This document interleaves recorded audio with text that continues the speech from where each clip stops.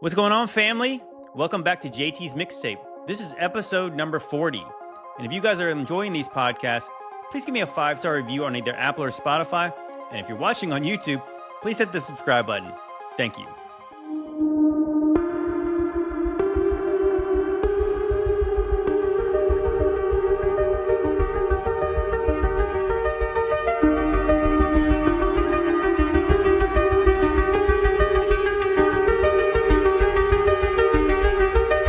Come closer, my child.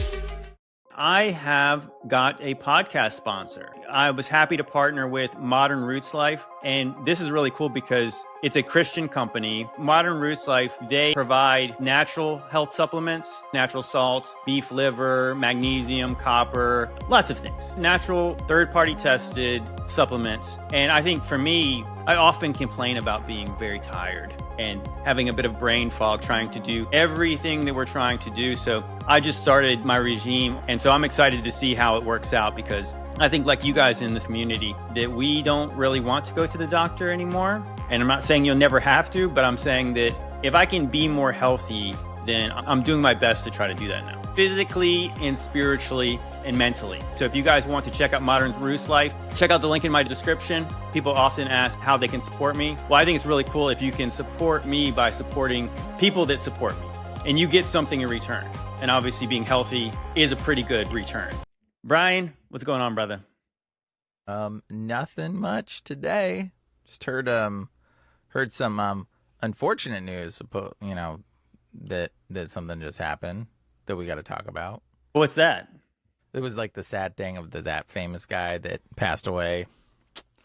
Yeah, Ozzy Osbourne, the Prince of Darkness, died today at the age of 76. But we're going to get to that because I've got a lot of Ozzy-centric content today, and it's going to be maybe overall we're going to go into maybe the music business in general. But yeah, that's obviously the jumping off point is going to be the death of Ozzy Osbourne. And yeah, that's what he was known as, the Prince of Darkness. That's one of his nicknames. So that's Did he sell his soul? Because I know he wrote a song that I think was called "Sell My Soul," and I looked up the lyrics to it.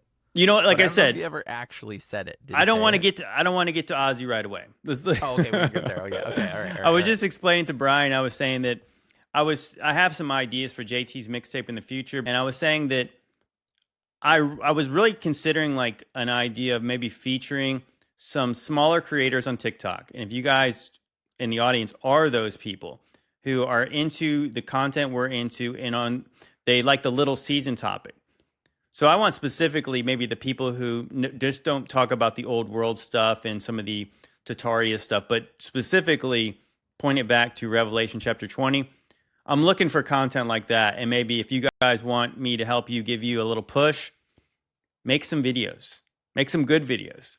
And I was just saying to Brian, I said, I feel like that old too. I feel like that old man saying these kids these days on TikTok, brevity is the soul of wit.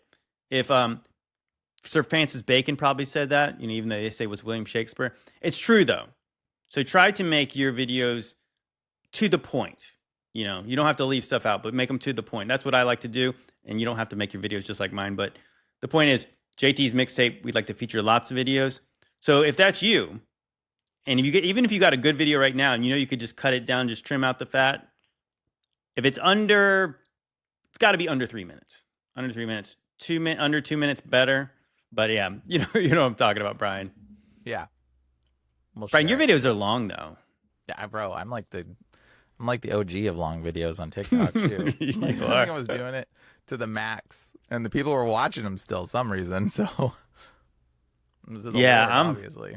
No, I mean it works for some people. I'm just like from my perspective, it's like I don't even like to watch my videos when they're past 90 seconds.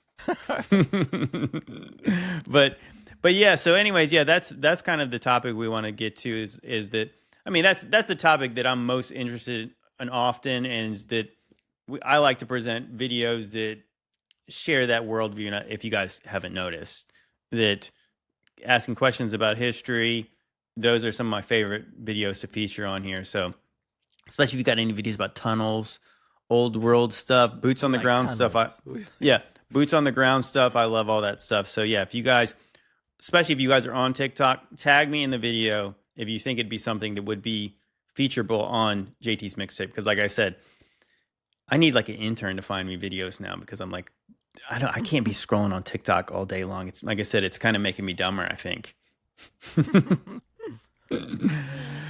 But yeah, so anyways, this is episode number 40, and we talk about the number 40 a lot, even though like I said, we're not into numerology, but this is a biblical number, 40 being a generation. We know this is only 40 weeks, but I thought it'd be interesting to show, like I said, one of my most guilty pleasures is watching these videos and sharing these videos, the AI videos that are clowning on dispensationalism. So I thought, actually, I found a new one today, and I thought, this is really good, Brian. You're going to like, I'm sure you're going to enjoy it. Okay. 70 weeks are decreed for your people. Hold up, Daniel. Let's save that last week for 2,000 years later. In the world, you will have tribulation. But not us, right, Jesus? You're going to mention the pre-trib rapture, right? Then they will deliver you up to tribulation and put you to death. Whoa, tone it down. That's not comforting. Can we skip to the part where we're gone? Through many tribulations, we must enter the kingdom of God. Paul, man, you sound so Old Testament. Haven't you heard of the rapture? We who are alive will be caught up together in the clouds. Yes, Paul. The rapture. Secret, silent, and pre-trib. I, John, your brother and partner in the tribulation. No. John, this isn't the tribulation. That's in, 2,000 years. First century Christians face death for their faith. Tough break. If only they'd waited for the pre-trib rapture. In 1830, Darby introduced the idea of a secret rapture. Finally, someone fixed what the apostles missed. They're so entertaining. It's, I mean, like I said, I love that kind of satire. It's so on the nose and it's so true. I especially like the beginning part. The irony of it is that like non-Christians are going to watch this stuff and be like, oh, let's make fun of the Christians. And, you know, to some degree, that's kind of what should be happening in some regard. I feel bad, but it's like that's the reality of what we as Christians that aren't studying the truth actually believe. This is the flaw that non-Christians like will point out in your theology. I don't know if you know that, but like atheists that really study the Bible, they'll be like, yeah, where's Jesus? Like, and they point this out. And so it's kind of like, you know, if you don't understand the historical context has been manipulated, I don't know how you can defend it. No, you're correct. But I would say that a lot of people don't quite get, they're not going to quite get the jokes in that because they don't even know the full context. I mean, what we often talk about is that the biblical skeptics will point out the fact that Jesus says he's returning in Matthew 24 in that generation. 40 years later, we believe he did return. But the people who believe in dispensationalism, they would deny it. So then therefore they play into the argument of the skeptics. Oh, Joe, Jesus didn't really mean it like that. But people who can read the scriptures plain, they say there's an imminent return. So that's why those videos work so well, because it seems so silly. Because when you actually picture Jesus talking to people, and it's not just written word, it's actually the account of somebody telling people something, it seems silly to put these gigantic gaps that include us 2,000 years later. So yeah, it's rightfully clowned on. But I was saying that as we've talked about it several times recently with the war in Gaza, the war that was taking place between Iran, America, and Israel, that this theology is worthy of mockery, but it's also dangerous because it leads to support for things that Christians should not support. It's being used as a tool for political gain, for Zionism, for all kinds of things that are contrary to the gospel of Jesus Christ. Mm-hmm. And I think that's the important part. And I think that should be rightfully pointed out. This is wrong. This is an error. And this is not helpful for the church at large. Yeah, I would agree. And it's definitely, I mean, ultimately, like the idea of Christianity They need to do another one of those videos. Here's what they need to do. They need another one of those videos, and they need to be like the typical Christian, be like, oh, I can't wait for everyone to just, for the Lord to come and everybody just die and burn, and then like show an example of like the Christians, like all the snooty Christians, like this world's going to hell, and be like, yes, Jesus, ha ha ha, floating in the air. It's like such a disturbing ideology when you think about the idea. They're like, yeah, just Jesus come and just destroy this place and whatever. It's like, bro, that is not love. No. I don't have to tell you that that's not love, but bro, that is not love. You know, if you guys are really good at using these AI programs, I just got an idea, because I said me and Brian are probably not going to do this. But if you guys can do this, you guys have the means. I just thought of an idea.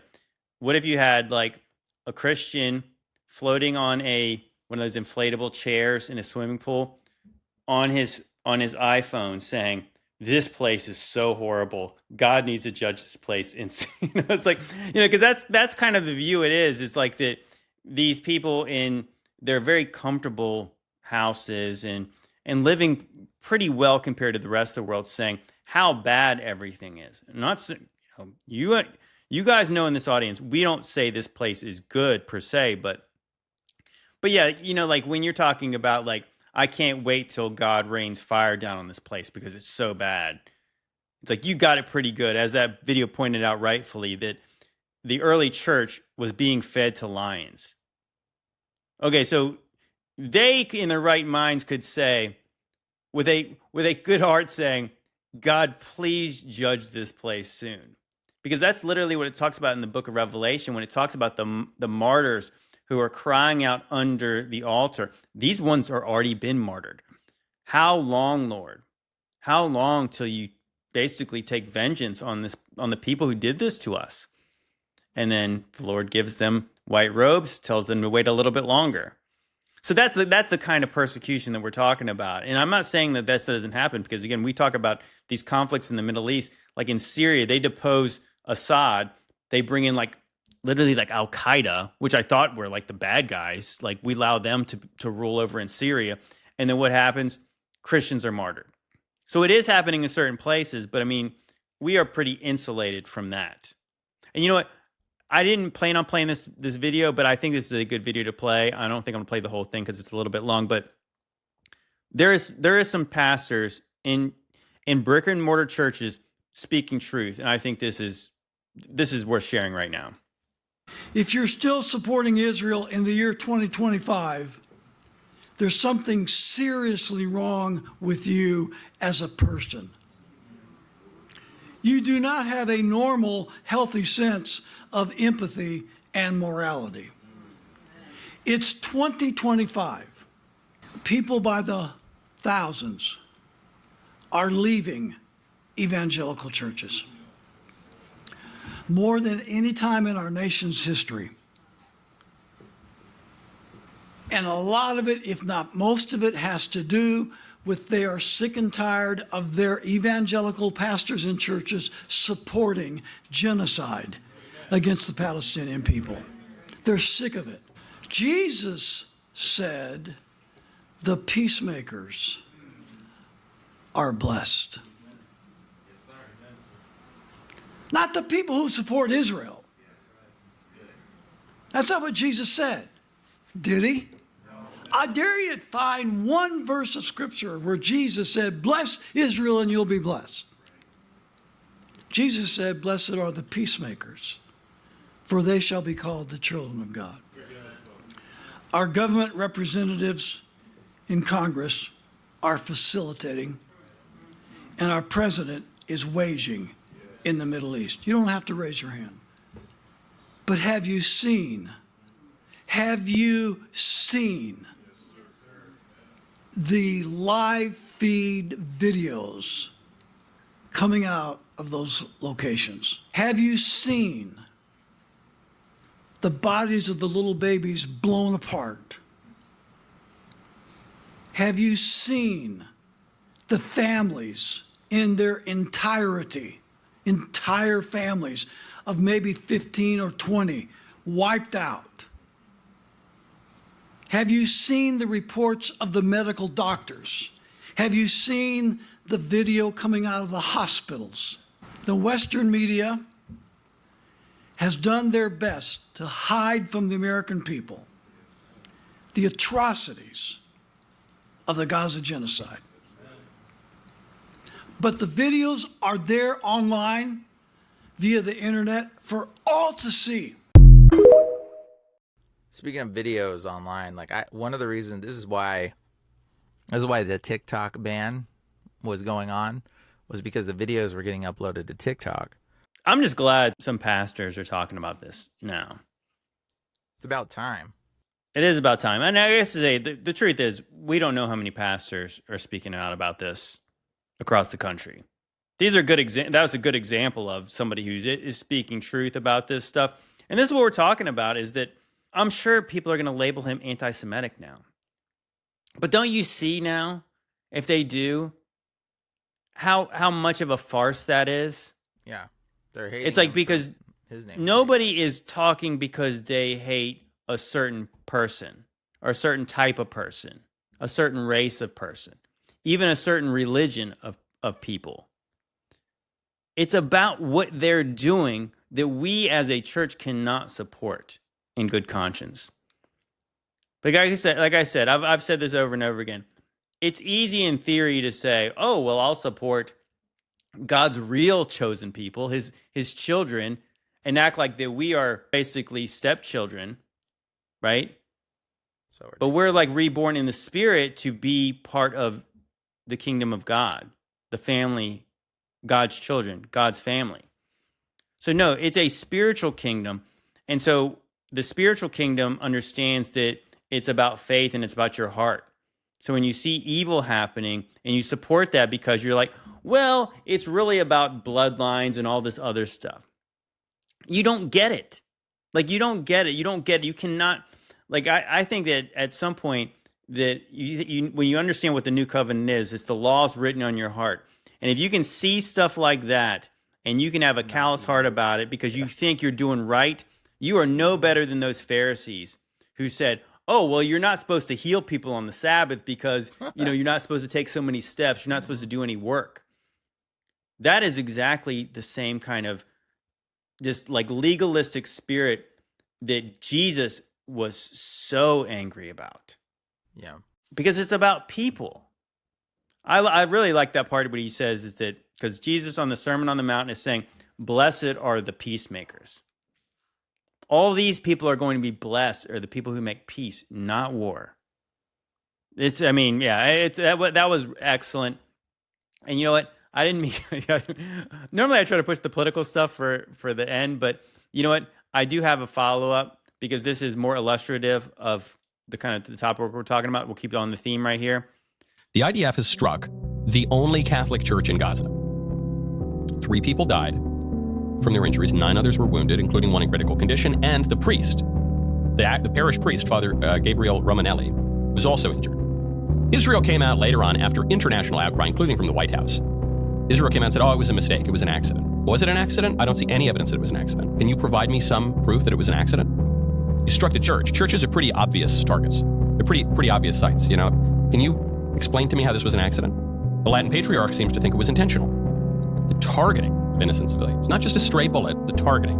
Sources close to the Patriarchate's chancery told the Pillar Thursday that some officials believe the strike could have been a deliberate act of retaliation after Christian leaders recently condemned Israeli settler attacks on a West Bank Christian town. War needs to come to an end.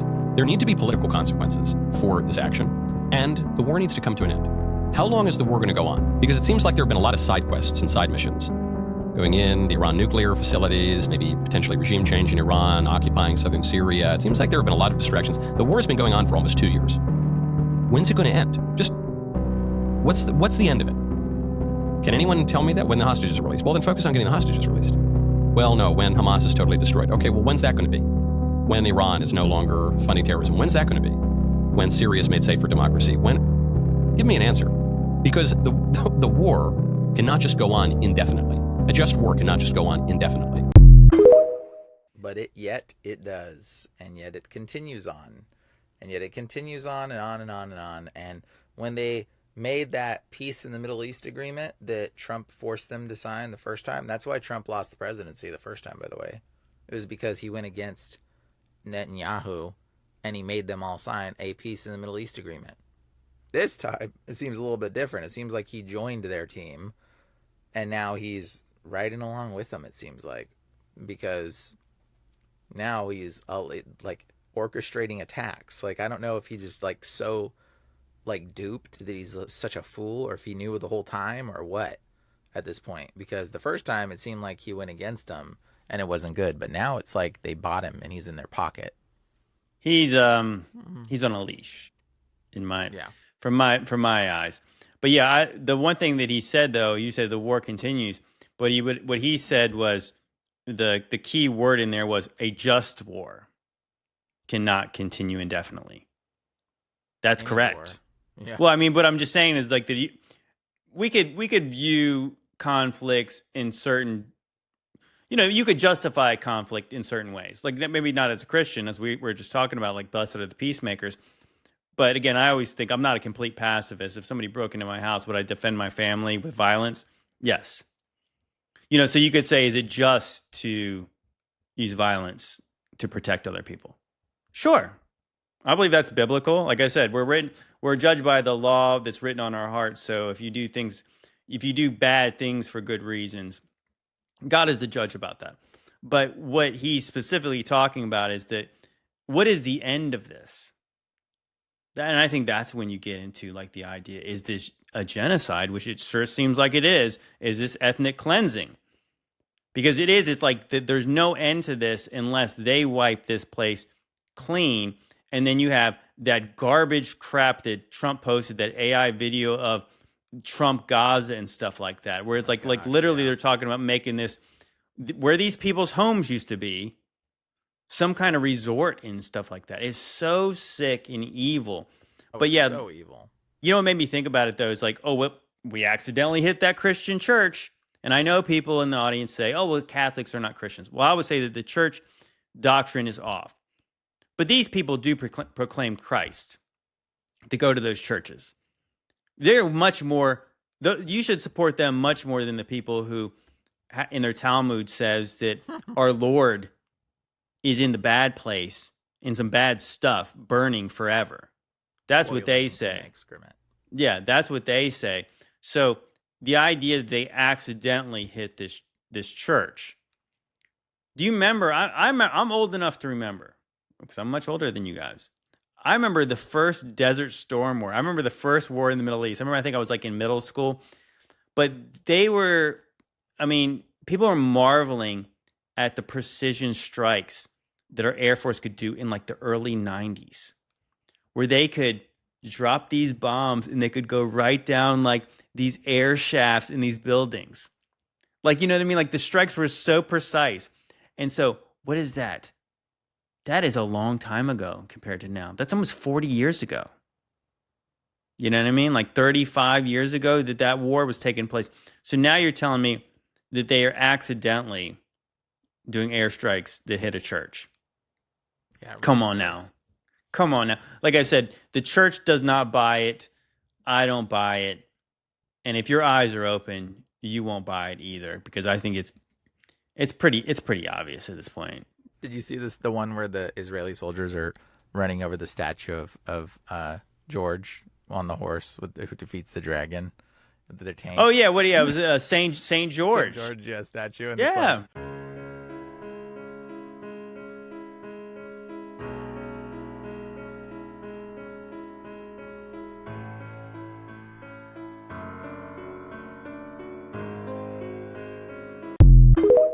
Israel, we defend Christianity. Same time, Israel running over the Christian statue. Yeah, Judeo-Christian values, right? Judeo-Christian. No, there's just Christian values, and then that's just that be the end of it, because those are not Christian values. Like I said, Jesus said, "Blessed are the peacemakers." That is not Christian values whatsoever. And we're going to switch subjects here. Let's get to kind of the topic of the day. As I was saying, that Ozzy Osbourne died. And breaking news to bring you this evening, Black Sabbath frontman of Ozzy Osbourne has died at the age of 76. A statement from his family said it is with more sadness than mere words can convey that we have to report that our beloved Ozzy Osbourne has passed away this morning. He was with his family and surrounded by love. We ask everyone to respect our family privacy at this time. That statement's from Sharon, Jack, Kelly, Amy and Louis. His death comes just weeks after his final performance with his band Black Sabbath, where they performed a huge farewell concert for fans. Isn't that fitting? It was his final performance. It's almost like that. What's that one guy? What was that one dude? He said, why are you still performing? He goes, because I'm holding up my end of the bargain. And he was like, yeah, that was Bob Dylan. Bob Dylan. Yeah, right. Bob Dylan.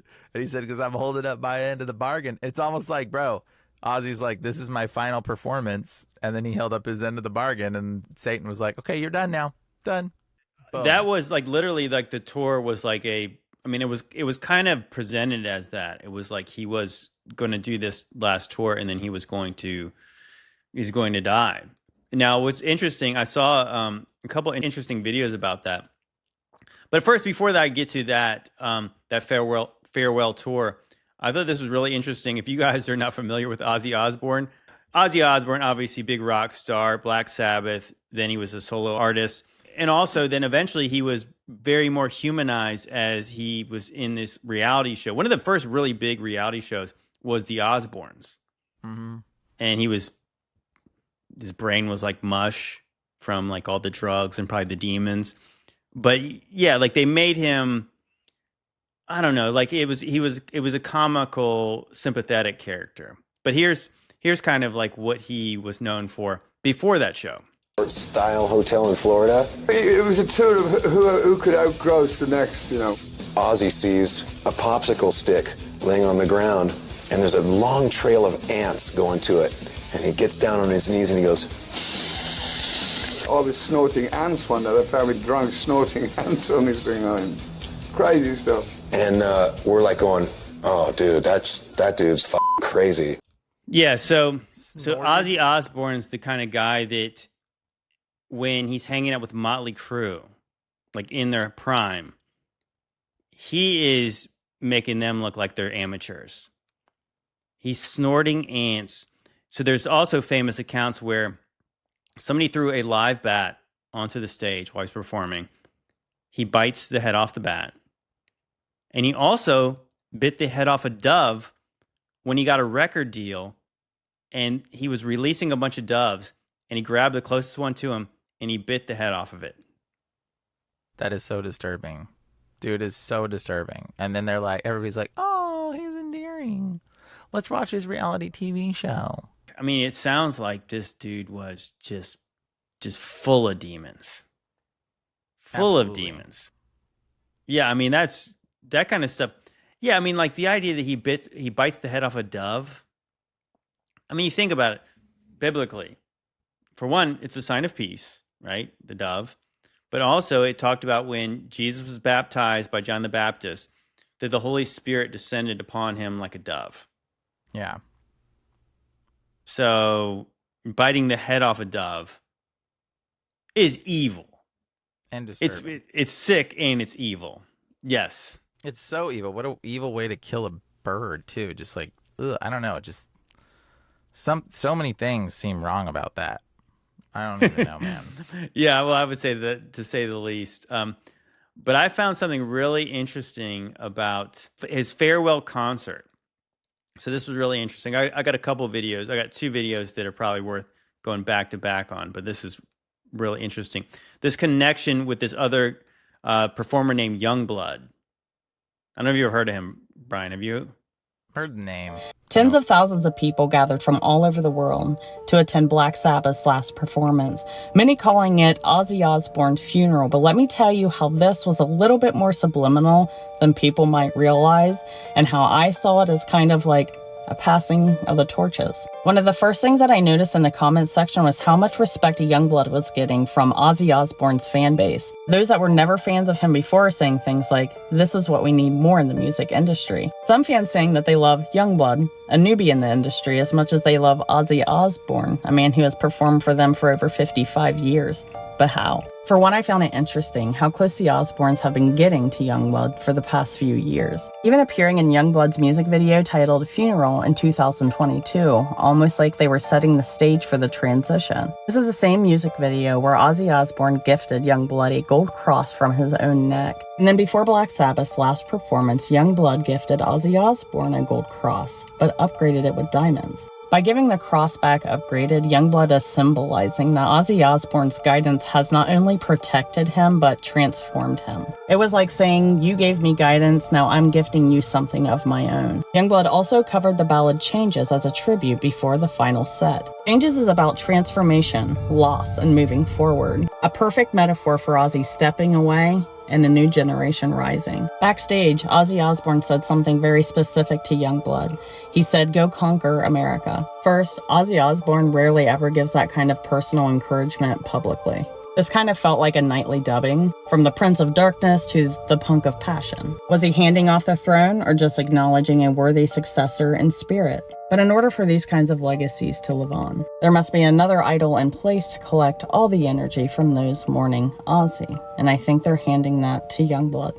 Now, before you comment, Brian, there's a pretty decent follow-up video that she made to kind of clarify the connection between Ozzy and Youngblood. One thing I found very interesting is how the Osbournes are publicly promoting Youngblood, unlike any artist they have ever promoted before. Many are also saying that he looks exactly like the Osbournes and could have fit right in. He almost looks like Kelly before Kelly stopped looking like Kelly. But anyway. Another thing I found interesting was his music video, Funeral, in which if you know anything about symbolism or why some celebrities touch another celebrity's third eye or they connect third eyes, just like Marina Abramovic and Jay-Z, what they are saying is, whatever entity is inhabiting in you, I welcome into me. So when you have a transfer of consciousness, what will happen is he's going to feel a lot like Ozzy Osbourne. He's going to represent all the same mannerisms. He's going to represent the same characteristics, maybe even have the same favorites. What I found even more interesting is after this took place, Sharon Osbourne and Kelly Osbourne sat down with Youngblood and questioned him on how similar him and Ozzy Osbourne were. 10 o'clock in the morning, like watching I can't believe it. I'm like, Ozzy's the same. Really? Yeah. Always. Drink. I like in war movies, mate. Like, I'm weird. You'll see me like at 10 o'clock in the morning, like watching I can't believe it. I'm like, Ozzy's the same. So I don't know, you guys are going to have to tell me what you think, because that felt more like an interview to see if the transfer went through. Absolutely bizarre. What do you think? You think that there's something to this, like kind of passing the mantle of the spirit over to this younger man to continue on the Prince of Darkness's work? I mean, sounds like it. Definitely sounds like it. I mean, the demons usually, when somebody dies, the demons just kind of go wherever. They go to the next viable host. But when there's a ritual like this, it seems like it was like intentionally vested. There's some intentional vestation in the situation. They're trying to like ensure the demon has a nice cozy new home, a nice cozy new place to carry on its mission of sorts, is what it seems a little bit. Definitely could see that. It's not beyond what demons do at all. Well, it's kind of like a that we don't want to inhabit somebody who is not going to influence the public like this guy did. We want to continue on the work of influencing millions. Yeah. Not going to some nobody. Mm-hmm. I mean, I know this is a kind of a twisted example of this, but it kind of reminds me of the story of Elijah and Elisha. Mm-hmm. And then so Elisha says, I want a double portion of your spirit, because he knows he's got the Spirit of God in him, and he wants to carry on Elijah's work. And that seems like what this is. It's like, obviously it's a demonic version of that, is that the power these demons are giving you, I want that. it's probably like a situation. I remember thinking, like, I always bring this movie up, is The Prestige, is when Hugh Jackman is having the conversation with David Bowie, who is Tesla. And he's saying, like, if you consider the cost of what you're asking for, and he's like, oh, money's not an object. He's like, no, have you considered the cost? How much this is going to cost you, your soul, your person, if you really want what I have to offer? And you could almost imagine a conversation like that. Do you really want this? And Youngblood's like, I'll give anything to have what you had. And then the demon says, sign your name on the dotted line, and you can have all the things that Ozzy once had. You know what I'm saying? It seems fitting. Seems pretty fitting. Yeah, it's really dark. So here's a thing. So if you guys are not familiar with Youngblood, which is, again, I'm a little old, so I really didn't know much about him. But here's who Youngblood is. From my veins to your record player, we've encased my blood inside the vinyl. This is actually fucking crazy. Geek out on all the photos of the mad time we had making it. Stupid. Oh. Okay, don't bite if you're squeamish. What do you think, Brian? Is that normal to put your blood in a record? That's a demonic ritual right there, bro. I wonder how many pints of blood he put. I wonder if it's even his blood. It's probably not his blood. It's probably some child's blood that they sacrificed. But I wonder how many of those they put out. Do you remember? I want to say who else put blood in their stuff. I know that Tony Hawk was making skateboards and stuff, and he was putting his own blood into. Yeah, he was doing that thing. Yeah, and Tony Hawk seems pretty. I don't know. I mean, of course, like I said, I grew up in the '80s, and everyone knows Tony Hawk, and I guess his skateboard was kind of satanic looking. Now that you're looking back at it, like the birdhouse skateboards with like the bird skull, but I don't know that he's always seemed pretty normal, for like a skater punk guy, right? Everyone knows like the Tony Hawk videos. But yeah, he's putting his blood into something involving skateboards. And then, of course, what Lil Nas X, remember when he came out with like the satanic shoes that had Luke 10:18 on them? I saw Satan fall like lightning from heaven. And they got like the 666 shoes. And I think they had... he got sued with that situation too, I think I heard. Yeah, what was it? Because it was a custom Nike. It wasn't like Nike didn't put the shoe out. Like he made his own custom Nikes and he sold them. But yes, he put his own blood into, was it 666 shoes? Something like that? I think that was the issue, is there wasn't 666 shoes available. There's some issue with that. Yeah, I don't know about that. But yeah, so anyways, that obviously seems like a satanic ritual. I'm not buying anything with anybody's blood on it, and if it's got somebody's blood on it, I'm returning it. Yeah, heck no. I'm definitely not intentionally buying something like that. That is, yeah, there's power in the blood. There's obviously more. There's more about blood, I think, than Life obviously in we the have blood. there's power in their blood. There's life in the blood. There's so much more about blood that's the spiritual component of it that most of us have no idea about, and we probably shouldn't even try to look further, because it's just something that it is foreboding, right? It's really, I don't think we need to know everything about that. Okay, so first I wanted to mention this. So Ozzy has a song by Black Sabbath called "Selling My Soul," and this is literally what the lyrics say: "Man of madness who lives in my head. Obviously, there's something in him, keeping me awake at night. He sits on my bed. He drives me crazy. He won't go away. Playing his game every night and every day. Yeah, my mind feels heavy. My body feels weak. Suicidal thoughts crying out for some sleep." This does not sound good, bro. This is like the most, literally, impeding doom is what I'm about. Think I'm going mad without a shadow of a doubt. Wow. I sense a serenity, yeah. It is really out there. I don't need the holy books because they take me nowhere. This is the lyrics in his song, bro. I can't hold on. Yes, I'm losing control. I'm paying the price now for selling my soul. Selling my soul. So, you know, I don't know if the dude ever admitted it, but this song certainly does admit it. Yeah, well, it sounds like he did it. He sounds like he did admit it. Well, I mean, yeah, through the song for sure he did. He admitted it. So this is what the dude's selling his soul. You know, they people write things in songs because it's the best way to admit something without saying it out loud. So they'll write it in the song. Like they're telling you what it is. So yeah, Ozzy is paying the price. Did any of that sound good to you, JT? Did any of that sound good? Can't sleep at night. There's madness in his head, suicidal thoughts all the time. Bro, these are not normal things, guys. And if you're dealing with this stuff, you usually got demons. So whatever demon he sold his soul to, that's the demon that moved into this Youngblood guy. So I feel bad for Youngblood because, bro, that's the torment you're subscribing to, taking on whatever mantle Ozzy's handing you. You know, yeah, you know what that reminds me of is the story that Alan Moore told about when he was possessed by a demon.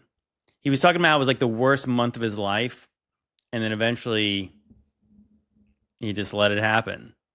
And then he became like one of the most prolific comic book writers in history. He wrote things like V for Vendetta. He wrote Earth 616. He wrote like I want to say that he wrote like maybe Batman comics and maybe even Superman at some point. He wrote lots of comic books. I could be wrong about some of this, but I mean, he is known as one of the biggest in the industries, and he was a disciple of Crowley. And Ozzy had a song about Mr. Crowley. Doesn't he have a song, right?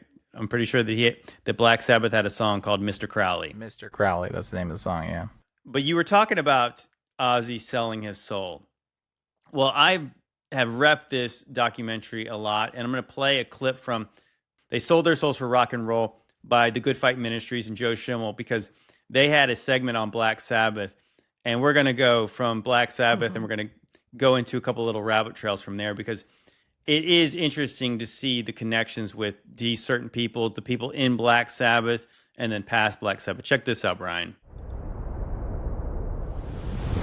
Geezer Butler of Black Sabbath, one of rock's most popular bands from the late 60s to the turn of the century, admitted, "I was putting upside-down crosses on my wall and pictures of Satan all over. I painted my apartment black. I was getting really involved in it, and all these horrible things started happening to me." Butler states, "There was a weekly magazine called Man, Myth, and Magic that I started reading, which was all about Satan. That and books by Aleister Crowley." Black Sabbath's reunion album liner notes state, quote, "Black Sabbath was launched in the U.S. with a party in San Francisco with the head of the Church of Satan, Anton LaVey, presiding over proceedings. All of a sudden, Sabbath were Satan's right-hand men. Black Sabbath became one of hundreds of bands recruiting millions of young people to Satan, reported even to go as far to give altar calls to receive Satan as Lord. Black Sabbath was named after a satanic being that appeared to bass player Geezer Butler after he had already painted his house black and adorned it with upside-down crosses and depictions of Satan. This satanic being that appeared at the foot of Butler's bed is considered the fifth mystical member of Black Sabbath, who gave them the material for their first 3 albums. Ozzy Osbourne has admitted that he thinks that he is a vehicle being used by Satan, declaring, "I don't know if I'm a medium for some outside source. Whatever it is, frankly, I hope it's not what I think. Satan." I was getting into, not practicing, but reading a lot of spiritualism and black magic and white magic and all that kind of stuff, and which was, a lot of people were doing at the time, which was like the post-hippie generation kind of thing, so all the peace and love was going out the window. And spiritualism and meditation, all that was coming in, so I was interested in that. And somebody gave Ozzy this old 16th century book of black magic, and it was all written in, I think it was Latin. And he brought it round to my flat because he knew that I was interested in books and magic and all that kind of thing. And I just got this really weird vibe off it. And I put it in this cupboard in the apartment that I was living in. And that night, I just like woke up suddenly, and there was just like this black shape at the bottom of my bed, and it just vanished into thin air as I was staring at it. And I just had the thought, it's got to have something to do with this book that Ozzy brought round for me, and I like leapt out of bed, rushed to the cupboard to throw this book out, and the book was gone. And the next day I told Ozzy about it, and about 3 days after that we came up with our first song, Black Sabbath, and Ozzy just like related my experience in the lyrics. We've always, within the band, said there is a fifth member, a mystical member, yeah. We've always said there's something looking over us. And the only way that I can describe that, probably in its best, the best way for me is that when we were playing our first songs together, and especially our first the first 3 albums, for instance, we would literally show up in a room, and it was almost as if the songs were already written. That's why I like to call Black Sabbath a phenomenon rather than a band. Although it is a rock and roll band, there's a phenomena involved there where that stuff just comes from somewhere, and it just so happened that we happen to be the ones that it came to. Dang. He's standing at the foot of your bed? Like, bro, that happened to me. I actually experienced that, by the way. Like, for reals. A demon literally showed up in my bedroom, just like that. Black Shadow demon. It was terrifying. It is not something I would ever, like, listen to a song about and go, wow, that's cool. No, it was terrifying. It was terrible. I have seen a demon in my bedroom. Terrible experience. And then not only that, like, how stupid of a song. It doesn't even freaking rhyme. It is so stupid. It is so dumb that anybody listens to that. Shadow standing in my bedroom. Like what are you listening to, bro? Like, why would you even listen to, like, there's not even instruments. It's just a normal sounding stupid poem. Sorry, anyways, rant. No, the interesting part about it for me was that, yeah, I had experience with like some kind of shadow, what I believe to be a demon. You know, I've told my testimony a few times on these podcasts about that. Well, it sounds like that geezer Butler guy, he wasn't happy about it either. No. Because Ozzy gave him some book of witchcraft. He goes to throw it away because he does not like the presence that was in his room, and the book is gone. I mean, so it seemed like that Ozzy was facilitating all this stuff. I mean, I guess I said you can't really doubt that the rise and the success they had. And again, yeah, like you're saying, this song's not good. I agree, it's not. Terrible. It's like trash. Ugh. I would say that some of the Black Sabbath, listening to it. Some of the Black Sabbath songs are catchy if you like rock music. You know, one of the more creepy ones that people talk about is the song Iron Man. We've mentioned that on the podcast. The lyrics of Iron Man are really weird. It seems so just disconnected and dark, and the lyrics are confusing. Like it's talking about something else besides whatever you think it is. Probably because it was channeled by demons. Yeah, it was written by a demon for sure. So we really don't know exactly what it means, but yeah, that whole idea that this fifth member of the band is a demon. Now he's the fourth member of the band because Ozzy's gone. Ooh, or maybe young blood is going to take over for Ozzy. Probably.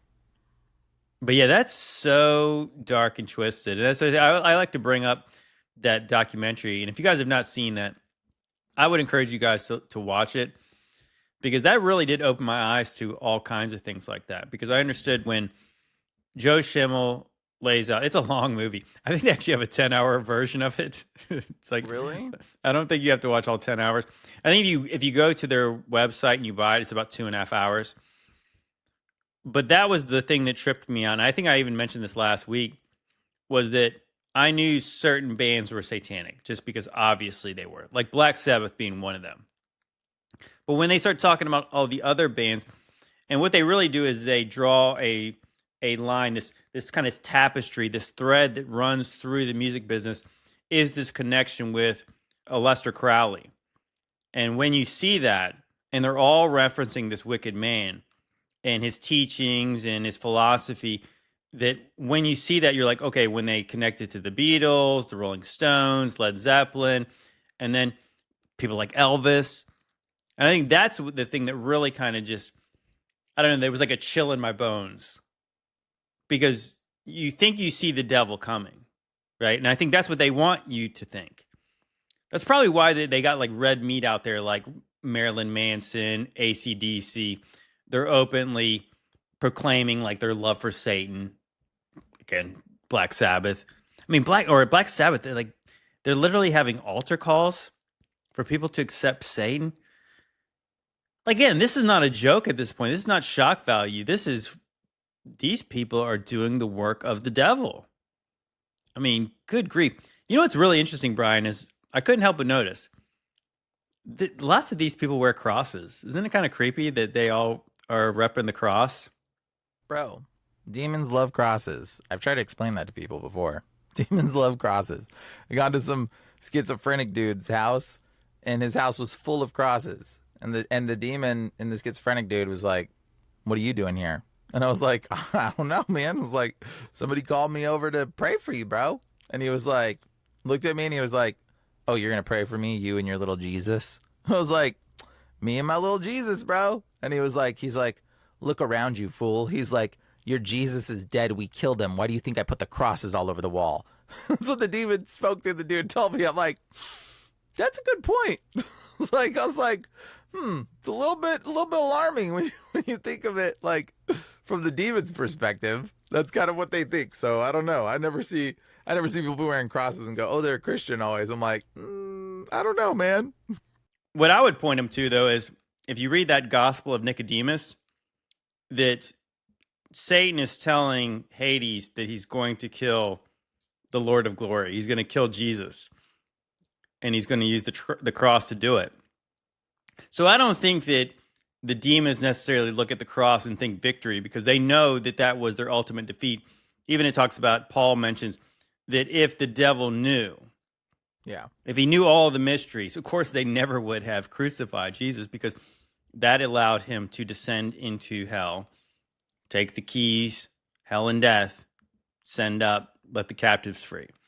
Mm-hmm. But also, it's kind of not like through that kind of what you see in the movies is like there's a vampire and people are doing like this, like, so the symbol of the cross immediately wards them off. It's kind of like the same way that, what is it, the sons of Sceva, right? Remember when they're trying to cast out demons, and they're casting out demons in the name of, like, what, Paul's God or something like that? The name of Jesus, whom Paul preaches. Yeah. We know Jesus, we know Paul, we don't know you guys. So you're gonna take a beating from us, because they're not scared of you, because you actually have no authority in the way that you're trying to go about your business. Yeah, but it is weird to see that they all, and it's not all upside down crosses, even though sometimes it is. They just wear crosses. I guess it's the way that to make you realize that the devil can appear as an angel of light. Mm-hmm. So they can say, "Oh, he's Christian. He's wearing a cross. It's not even upside down, so they must be okay." And I'm sure at some point they probably even give glory to God in their concerts. I wouldn't even doubt it. But again, it's not our God. It's not the living God. It's the Prince of Darkness, as he literally takes the mantle of the Prince of Darkness. And so I found a really interesting video, because it was talking about Geezer Butler, which was Black Sabbath's bass player.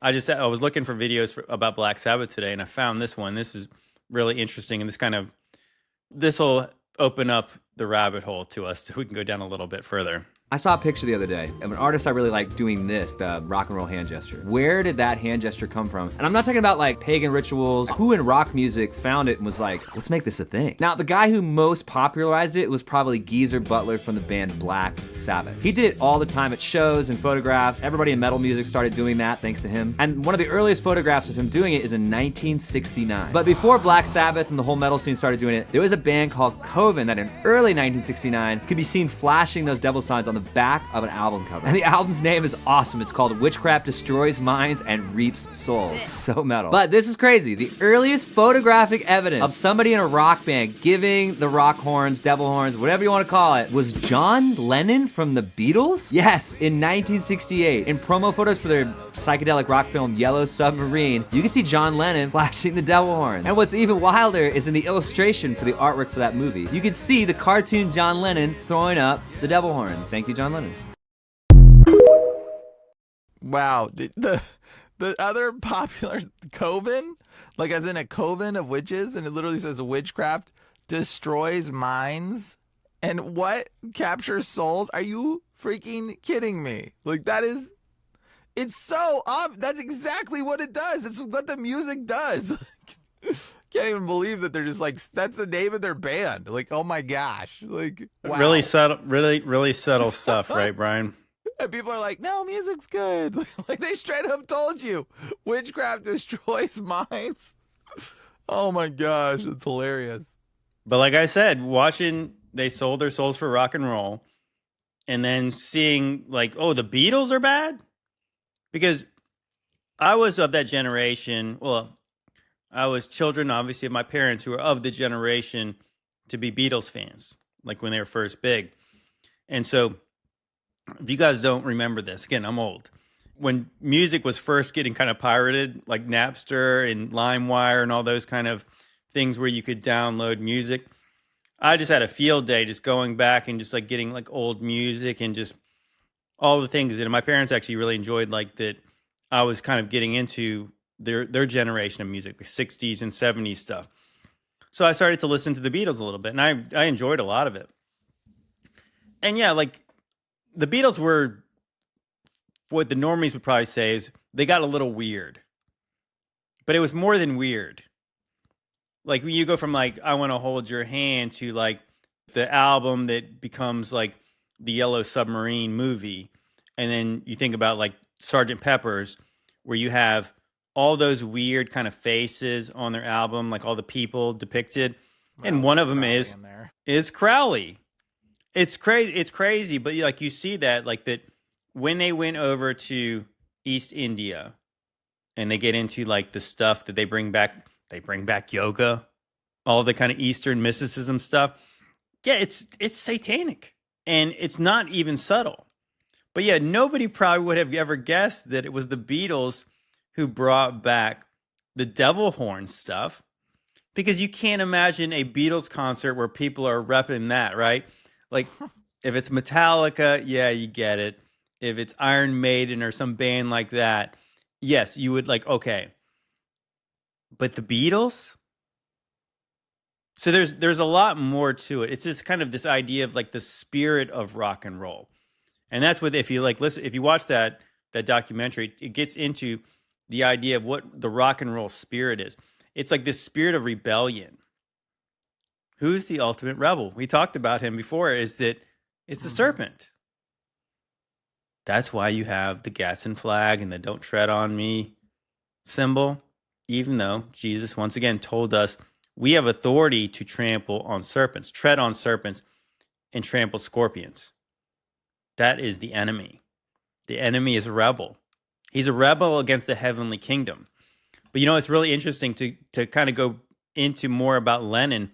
I got a couple of videos real quick to show you about that. Lennon has some interesting stuff. Lennon.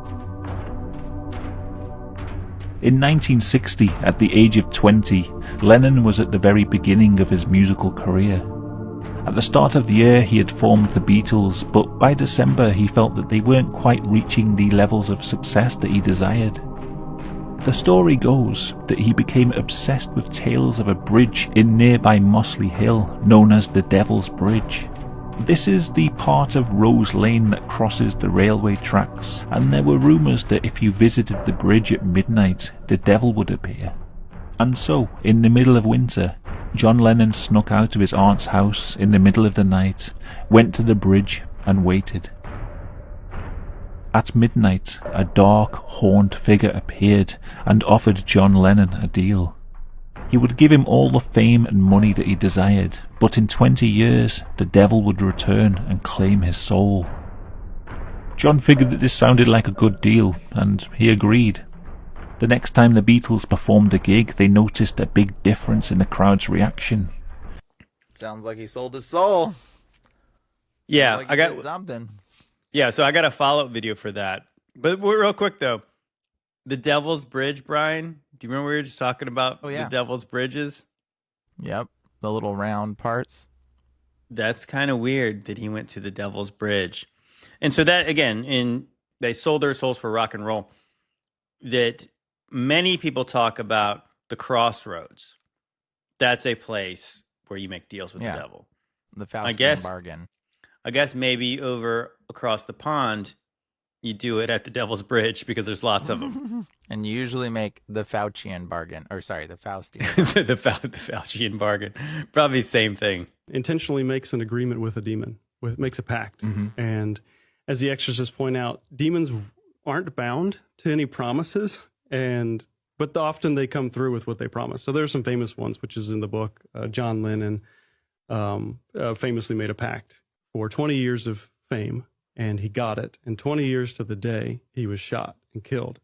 And I haven't found all the details about this, but the man who, I was trying to find it before I finished the second edition of the book, but the man who shot him was apparently being driven basically to kill him. Like voices were talking to him to kill John Lennon, kill John Lennon. I do remember that. Mark David Chapman, yeah. And then as I recall, he was exorcised of 5 demons. Oh, wow. The man who shot John Lennon.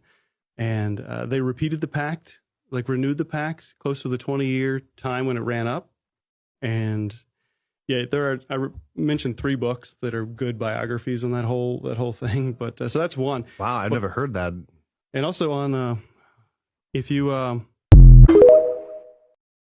yeah, so 20 years later, he was unalived by Mark David Chapman.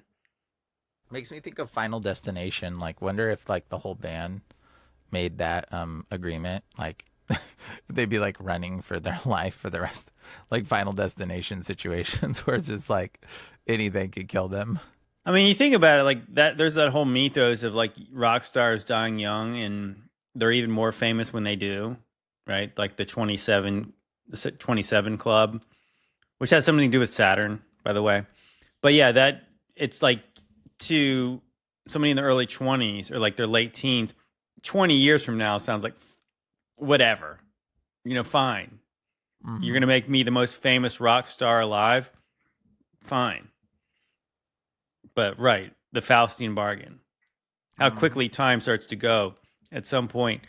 And yeah, it makes perfect sense. The whole idea that some super fan wants to, he wanted to kill John Lennon because he was mad the Beatles broke up. Now, does that make really any sense whatsoever? Because, of course, if you guys are aware, lots of these bands eventually, when they need money, they get back together. So he pretty much ruined any chance there ever would be a Beatles reunion tour, which there probably would have been if John Lennon was still alive. But at that point, they were never getting back together because it was demonic what he did. Really crazy. I'm the kind of person who doesn't believe in coincidences like that. That if this guy supposedly made a deal with a demon, with the devil, and he said 20 years, that is pretty remarkable. And yeah, it sounds, again, you make a deal with the devil. That's how it ends. Poorly for you. It always ends bad. It's never, you don't get your cake and eat it too. I'm pretty sure Kanye West made a deal with the devil and tried to walk away from his deal, and look how it turned out for him. Not so good. Yeah, that is really, really disturbing. And I'm gonna continue on the music theme here. We've got one more music video, and then I'm gonna play a positive video. Teasing. This is not gonna end all poorly, but yeah, let's watch this. Take it away, Jules. Why are we talking today about Saturday Night Live and Lady Gaga? Lady Gaga was on SNL, I think it was this weekend. During a skit that they did, they basically summoned the Mesopotamian goddess of disease and destruction. Not a lot of people know who Lamashtu is, right? So when they hear something like Lamashtu, they're like, oh, well, this is obviously just some silly made up monster. Same with Pazuzu, who is also brought up. The same deity that you see in The Exorcist, Gaga being the high priestess of this like mock ritual. They think this is all just a funny bit, right? I beg to differ, especially if you know all the dark shit that Lady Gaga, she's basically an acolyte of Abramovich. Yeah, so you have current artists. I don't know how current Lady Gaga is now because I'm not really hip to that scene.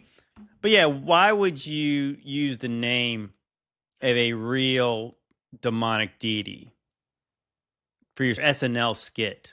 Just their way of carrying out their ritual. I mean, they're telling you what they're doing. I mean, it's death and destruction. I can only imagine it has something to do with that little hokey pokey they gave everybody. I would imagine they're summoning that entity to take control of or finish the work that it started with that. That would be my guess. Well, for one, right, it's kind of hidden in plain sight. They're telling you what they're doing. It's the karmic retribution. It's literally the devil is telling you why what you're doing and what you're engaging in is sin. So when you do it, you'll be held accountable for it. But yeah, it kind of reminds me of, I talked about this on a live stream at one point about that movie, the old Disney movie called Bed Knobs and Broomsticks.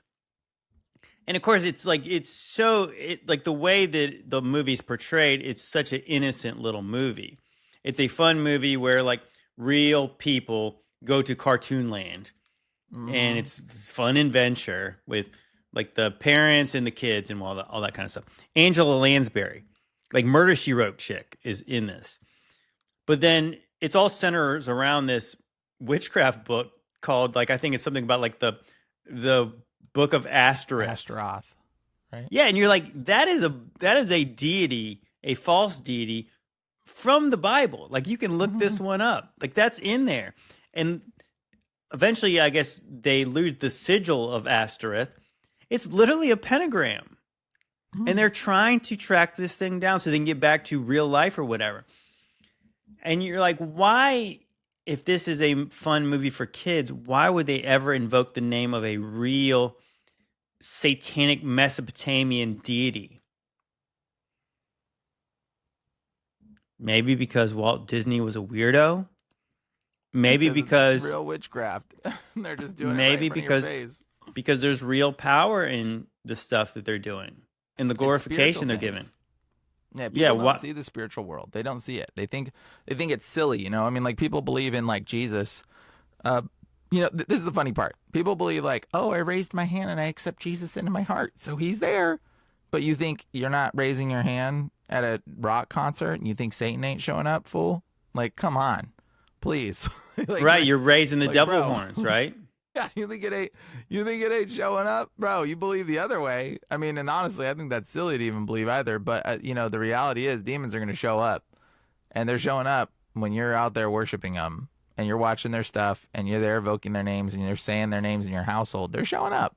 Demons are showing up. That's why our society's just been, pew, like in a toilet bowl lately. It's just, you know, we've accepted this narrative, and it's like, dude, anytime you turn on the radio, you're gonna hear a name of some entity or some demon or something demonically influencing it now at this point.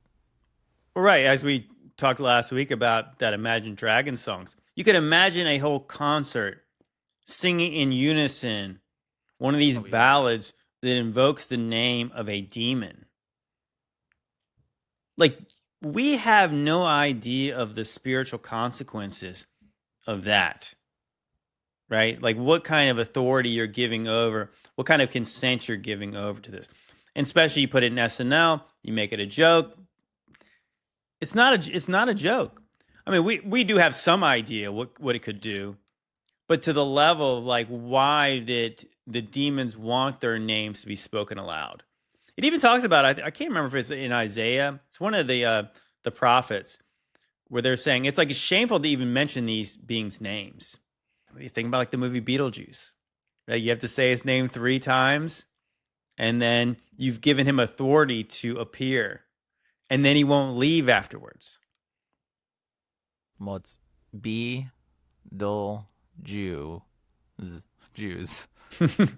Well, there's the star that's called like it's Beetlejuice. Yeah, it's like Beetle. It's almost like Beetlegeist is what it looks like, but isn't it pronounced Beetlejuice too? It's like they what his name actually is the name of that star, but it's spelled wrong. It's spelled phonetically, but Beetlejuice is a star, and what it likely is the name of a powerful demon, because supposedly in the astronomy world, it's like the biggest star there is, or something like that. Mm-hmm. Yeah, I mean, there's a reason they use that name, because again, there's power in that. What kind of power? I don't know. I don't even think I even want to know. But I did tease this, that I want to do a segment where I feature some little season creators on TikTok. So I'm going to do that today. So they tell us the second coming of Christ has never occurred. But the book of Matthew records, in Matthew 27, records the dead walking up and waking up out of the tombs and walking in the city. The Gospel of Nicodemus, also known as the Acts of Pilate, also records the same event. Not to mention Matthew 24, when he spoke of the temple being totally obliterated. And somehow or another, I'm supposed to believe that nothing has occurred since the crucifixion of Jesus Christ. I'm supposed to believe that it's been 2,000 years and we haven't seen even the first event happen. But ladies and gentlemen, I'm here to tell you that it did happen. It all happened. And we're currently in Satan's little season, waiting for him to gather Gog and Magog and go up against the camp of the saints. Hey, I love it. Like I said, that's what I'm talking about. Nice and condensed. Actually, I love the first point he brought up, because that's the one that I've really been kind of stuck on for a while. And actually, me and Brian were talking about this earlier, is that the Catholics believe in amillennialism. Actually, a lot of churches, I think even the Orthodox Church, believes in amillennialism. So they believe that it's kind of a translation error. The 1,000 years millennial reign is really not 1,000 actual years. It's in certain infinity, could be really long. But I remember challenging a millennialist about this, and I said, well, so do you believe that the resurrection's already happened? And they're like, no, I don't. But I said, but it says when the 1,000 years starts, there's the first resurrection. So who's resurrected then? And I stumped them. Mm. So what I looked this up was that what Catholics believe and the Orthodox Church believe is the resurrection is a spiritual resurrection and is a shadow of the full physical one before the great white throne in the very end. But here's the problem with that view, is that Jesus was physically resurrected, right? Everyone agrees with that and ascends to heaven. But also in Matthew 27, it mentions that these saints came out of the tombs in Jerusalem and they appeared to many people. I've asked this question many times. Where did those people go? What happened to them? I think it seems unlikely that God resurrected people who are long dead only for them to die again. And I started to look this up. Second time. Yeah, to die again, time. which it says in Hebrews 9 that it's appointed to man to die once. And then and you could maybe make some caveats for people who are shortly dead, right? Who might have been even like kind of hear like these experiences where people died on the hospital table, their heart stopped. I wouldn't say that when they came back alive, they were resurrected like we're talking about Jesus being resurrected, or Lazarus even, like who was dead and was stinking. We're talking about people who were dead for a long time. God is not resurrecting them, in my opinion, only to die of natural causes or to live long enough to fight, to go through the Jewish-Roman war and then be slaughtered by the Romans. Like that, like God's not doing that. So I actually looked this up. The historic church fathers, they didn't know where they went either, but many of them believe that they were the first fruits of the people who were resurrected in glory and went up to heaven. So if that happened, like, what are we really even arguing about now? Because some people were definitely resurrected at that certain time. And it's more likely to me than not that if Jesus was talking about that generation, that when the biblical canon was closed, there was events that happened after that.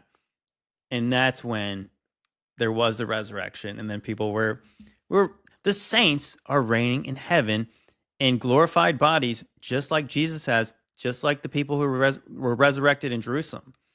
What say you, Brian? What do you think? I think that's a good point, right? I think that's a great point to always bring up, that people talk about that verse and they say, that's weird. But like Michael Heiser once said, which I agree with, if it's weird, it's important.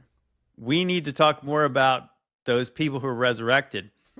Because how could we not? I mean, like that is one of the most mind-blowing verses in the whole Bible. And nobody hardly talks about it. Well, maybe they took it out. Maybe there's more about it they took out. Well, he also brought up the Gospel of Nicodemus.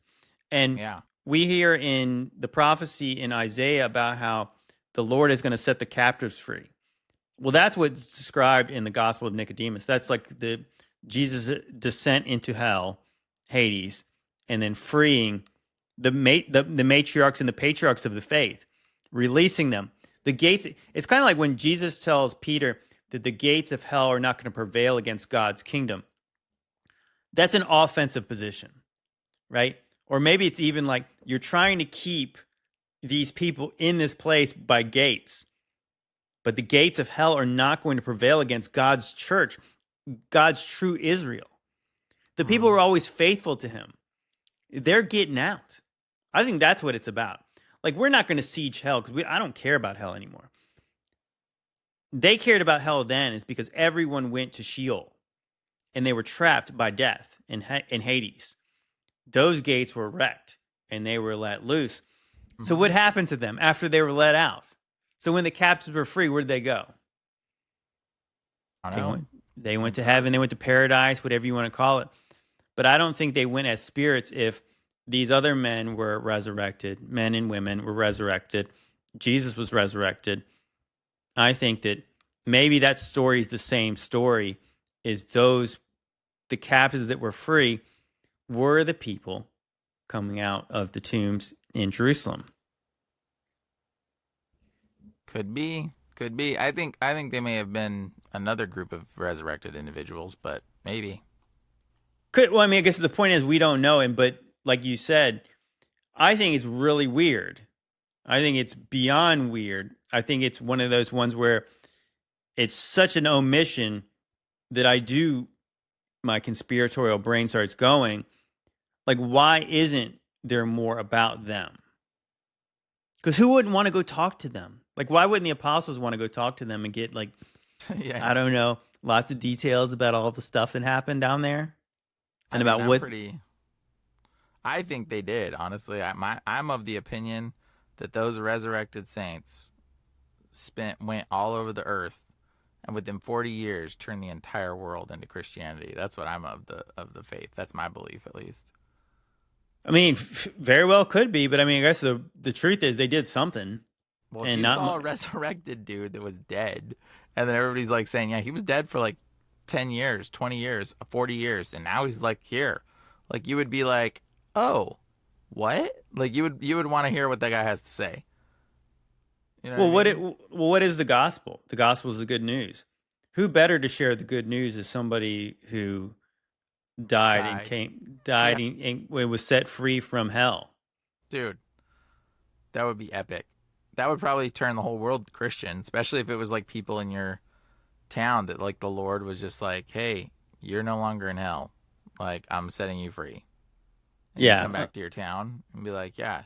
That's a great point. That's why I really like that video, is that he mentioned specifically that verse that I like to talk about. And I've been talking about that recently. And I got one more video for you guys today. And this is a good one because we're going to end on a positive note.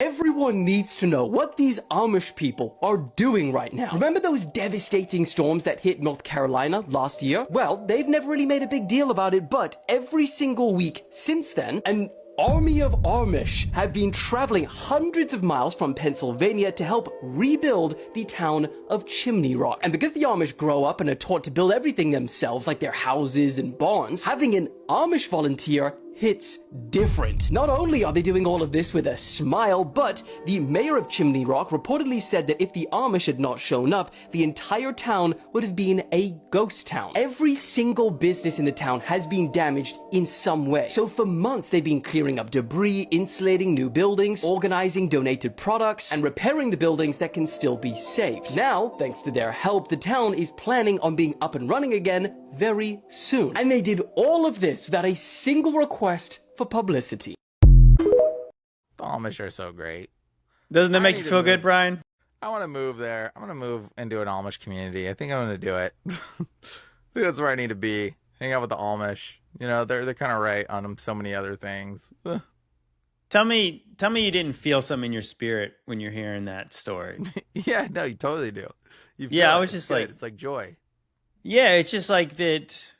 I guess sometimes you do think like it's easy to focus on all the bad stuff we just talked about, but to hear that kind of story, and as somebody, again, I've mentioned this. I took a trip to Asheville 2 years ago, and we went to, as we were leaving, we stopped in Chimney Rock. We hiked up to that place where they were showing the American flag at, and they had the best barbecue place ever there, and it was such a cool town. I remember telling my wife, I was saying, we should have stayed here instead of Asheville. Asheville had this kind of ick spiritual energy there, this real bad vibe. And then we went there, and I was like, this is what I'm talking about. This place is awesome. And then to see that hurricane and whatever natural or unnatural disaster happened to that place, it was just like heartbreaking. So to see this, that we know that the government response has been garbage, more than garbage.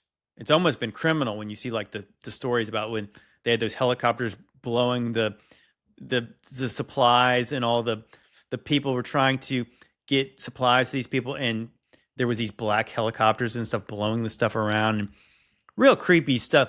Then to see people come down out of the goodness of their hearts to help these people and not asking for pats on the back. I mean, you think about that's exactly what Jesus is saying. Like, don't even tell the one hand what you're doing when you're giving, because if you want your reward here, tell everybody, right? You'll have your reward right now.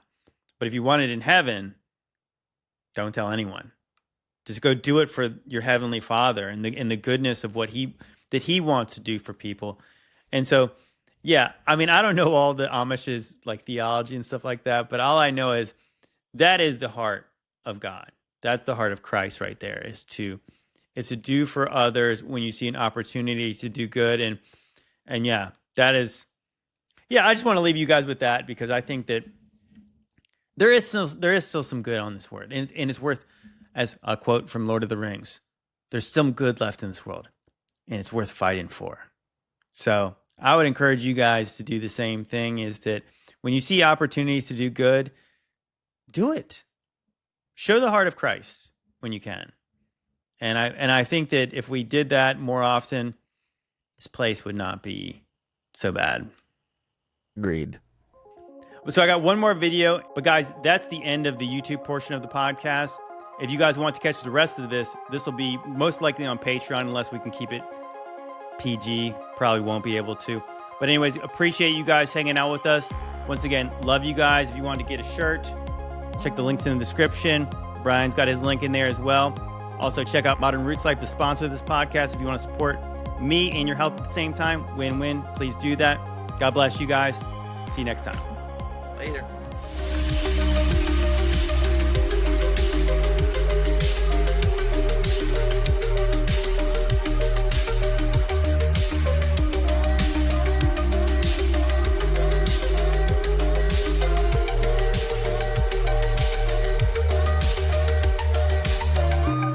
Everyone left me. Everyone deserted me. Jesus was always there. When everyone hated me and walked away, Jesus never walked away.